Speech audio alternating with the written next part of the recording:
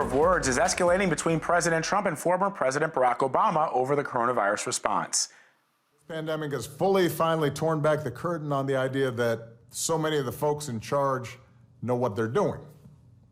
A lot of them aren't even pretending to be in charge. He was an incompetent president. That's all I can say. Grossly incompetent. Thank you. So you just heard there, the president lashed out at his predecessor after the former president slammed the current administration's handling of the global health crisis in a pair of virtual graduation speeches this weekend. CBS News political correspondent Ed O'Keefe is in Washington, and he joins us now to talk about this. So Ed, in a leaked call with former staffers last week, former President Obama called the current administration's COVID response an absolute chaotic disaster, but President Trump is laying the blame on former President Obama for leaving the cupboard bare. That's a quote that the current president has used. What does President Trump mean by that? Yeah, leaving the cupboards bare refers to the stockpile of medical equipment that the Trump administration, or at least the president, claims wasn't there. That's not entirely true.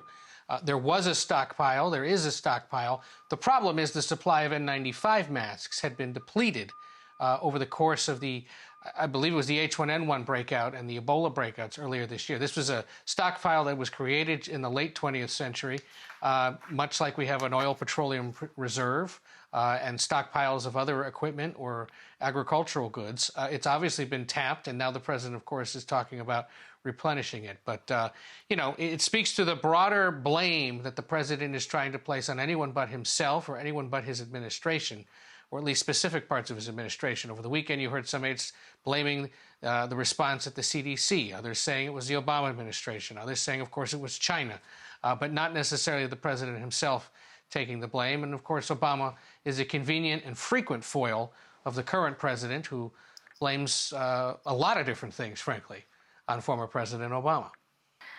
So, Ed, the president has been tweeting about Obamagate. He was asked, I think, a couple briefings ago about what he meant by that, and he was sort of vague and cryptic. Do we have any more information about what he's referring to when he says Obamagate? And how is he using Obamagate to target who he will probably be running against, the presumptive Democratic nominee, Joe Biden?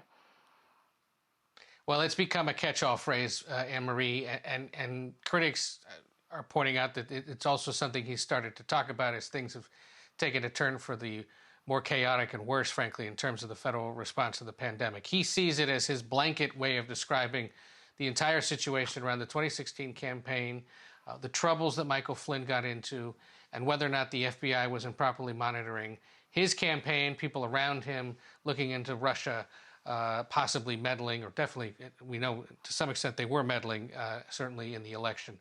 And it's something he's not going to stop talking about, because by talking about Obama, in essence, he's talking about Biden. And he's trying to remind not only his base, but potentially supporters that could be swayed to go either way, and there's a small percentage of people left that could be, that Biden would essentially be a continuation of the 8 years that went on before him, which, of course, the president's no fan of. But he's been asked a few times, you know, isn't this just designed to distract from your response to the pandemic? What exactly is it? Declines to specify it, and yes, fuels the conversation about it on Twitter, in conservative media or news outlets that are more favorable to him.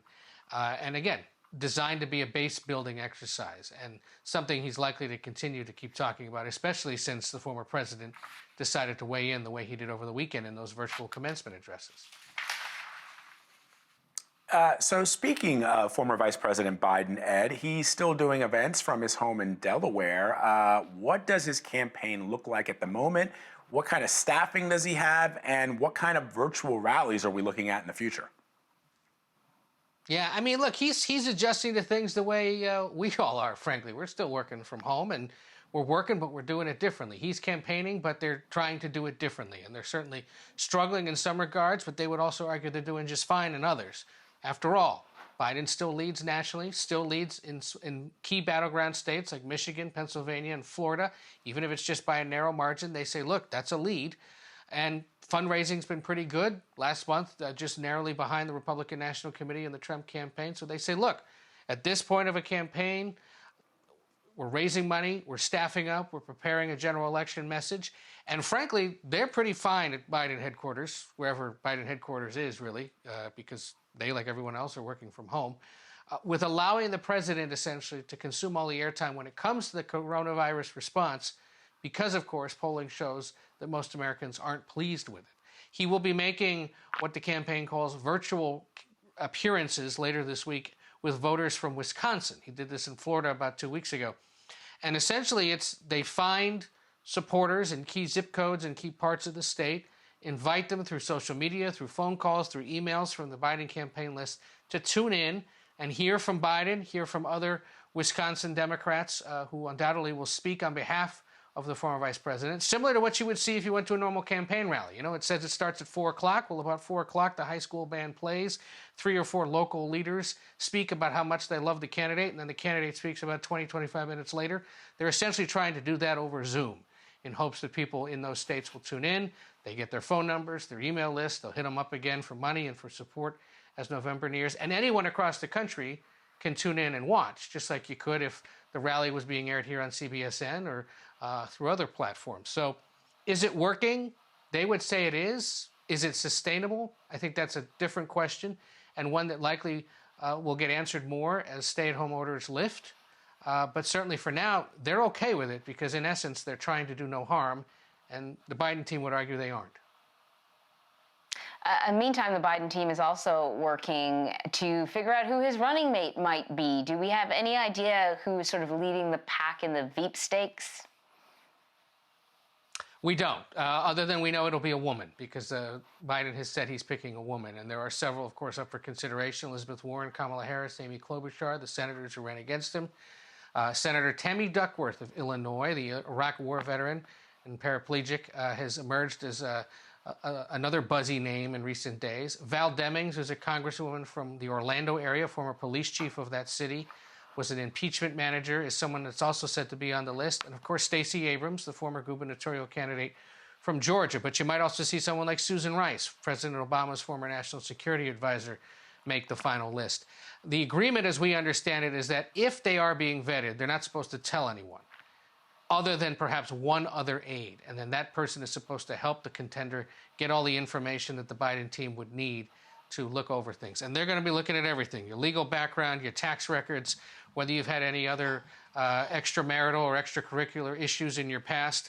And they're going to look at their policy positions and, you know, what politically they could bring to the ticket. It's no mistake that most of these women are now stepping up not only their legislative output by introducing new proposals with fellow Democrats, but also their political output. Several of them will be hosting virtual fundraisers for Biden in the coming weeks, and all of it designed to see, hey, you know, maybe Tammy Duckworth says, look, my fundraiser on Wednesday raised more money than Amy Klobuchar's did last Tuesday. That's potentially a feather in my cap, right?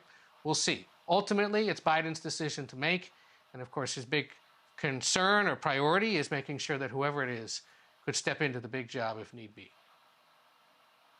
Ed, before we let you go, speaking of just that one point, I'm curious if you've heard from prominent Democrats. We know that the word has been that the vice presidential running mate should be a woman, but have we heard that there are prominent Democrats calling for it to be an African-American woman, or are there some that are saying, look, there are a number of other qualified women in the Congress or within the party? So I'm just curious as to what you're hearing from the insiders. You definitely see whisper campaigns, let's say, for various contenders. Certainly, the push for an African-American woman is profound and pretty loud and apparent, for obvious reasons. Look, African-American women are the backbone of the party. They've voted more than 80% collectively in each presidential election since the 1970s for a Democratic candidate. So they say, look, without them, there basically is no Democrat in the White House. They should be rewarded with this position.